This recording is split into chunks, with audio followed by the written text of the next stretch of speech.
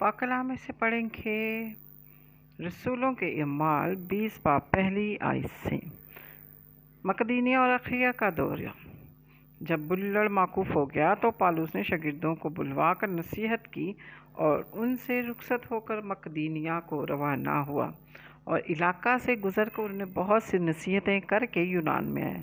جب 3 مہینے رہ کر سوریا کی طرف جہاز پر روانہ ہونے کو تھا تو یہودیوں نے اس کے برخلاف سازش کی۔ پھر اس کی یہ صلاح ہوئی کہ مقدونیہ ہو کر واپس جائے، اور پرس کا بیٹا سوپتر جو بیریا کا تھا اور تسالونیکیوں میں سے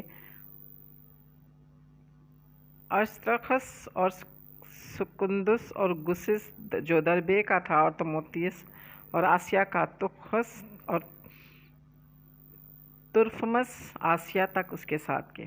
یہ آگے جا کر ترواس میں ہماری راہ دیکھتے رہے، اور ایک فطیر کے دنوں کے بعد ہم فلپی سے جہاز پر روانہ ہو کر 5 دن کے بعد ترواس میں ان کے پاس پہنچے اور 7 دن وہیں رہے۔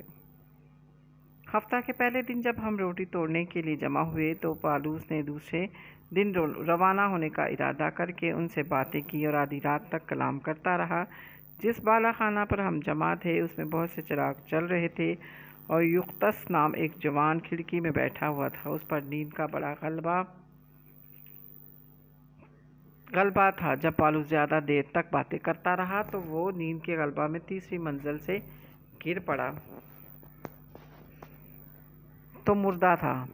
پالوس اتر کر اس سے لپٹ گیا اور گلے لگا کر کہا، گھبراؤ نہیں، اس میں جان ہے۔ پھر اوپر جا کر روٹی توڑی اور کھا کر اتنی دیر تک ان سے باتیں کرتا رہا کہ پھوپ پھٹ گئی۔ پھر وہ روانہ ہو گئے، اور وہ اس لڑکے کو جیتا لائے اور ان کی بڑی خاطر جمع ہوئی۔ ہم جہاز تک جا کر اس ارادہ سے اسس کو روانہ ہوئے کہ وہاں پہنچ کر پالوس کو چڑھا لیں، کیونکہ اس نے پیدل جانے کا ارادہ کر کے یہی تجویز کی تھی۔ پس جب وہ اسس میں ہمیں ملا تو ہم اسے چڑھا کر متلینیے میں آئے، اور وہاں سے جہاز پر روانہ ہو کر دوسرے دن خیس کے سامنے پہنچے، اور تیسرے دن ساموس کے تک آئے، اور اگلے دن ملیتس میں آ گئے۔ کیونکہ پالوس نے یہ ٹھان لیا تھا کہ اسس کے پاس سے گزرے، ایسا نہ ہو کہ اسے آسیا میں دیر لگے، اس لیے وہ جلدی کرتا تھا کہ اگر ہو سکے تو پینتیکوس کا دن یروشلم میں ہو۔ اور اس نے میلیتس سے افسس میں کہلا بھیجا اور کلیسیا کے بزرگوں کو بلایا۔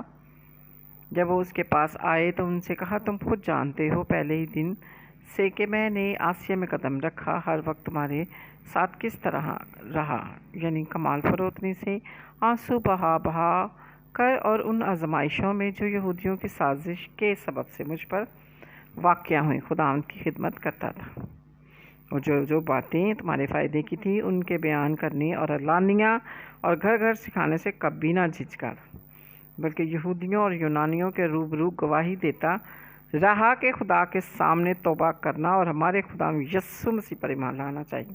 اور اب دیکھو، میں روح میں بندھا ہوں، یروشلم کو جاتا ہوں، اور نہ معلوم وہاں مجھ پر کیا گزرے، سوائے اس کے کہ روح القدس ہر شہر میں گواہی دے دے کر مجھ سے کہتا ہے کہ قید اور مصیبتیں تیرے لیے تیار ہیں، لیکن میں اپنی جان کو عزیز نہیں سمجھتا، اس کی کچھ قدر کروں، بمقابلہ اس کے کہ اپنا دورہ اور وہ خدمت جو خدا یسوع سے پائی پوری کروں، یعنی خدا کے فضل کی خوشخبری کی گواہی دوں۔ اور اب دیکھو، میں جانتا ہوں کہ تم سب جن کے درمیان میں بادشاہی کی منادی کرتا پھرا میرا منہ پھر نہ دیکھو گے۔ بس میں آج کے دن تمہیں قطعی کہتا ہوں کہ سب آدمیوں کے خون سے پاک ہوں، کیونکہ میں خدا کی ساری مرضی تم سے پوری طور پر بیان کرنے سے نہ جھجکا۔ بس اپنی اور اس سارے گلہ کی خبرداری کرو جس کا روح القدس نے تمہیں نگہبان ٹھہرایا، تاکہ خدا کی کلیسیا کی گلہ بانی کرو جیسا اس نے خاص اپنے خون سے مول لیا۔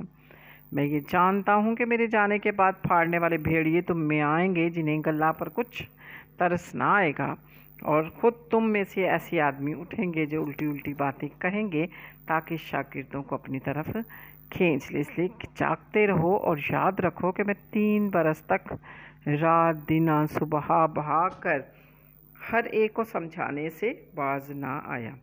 اب میں تمہیں خدا اور اس کے فضل کے کلام کے سپرد کرتا ہوں جو تمہاری ترقی کر سکتا ہے، تمہارے تمام مقدسوں میں شریک کر کے میراث دے سکتا ہے۔ میں نے کسی کی چاندی یا سونے یا کپڑے کا لالچ نہیں کیا۔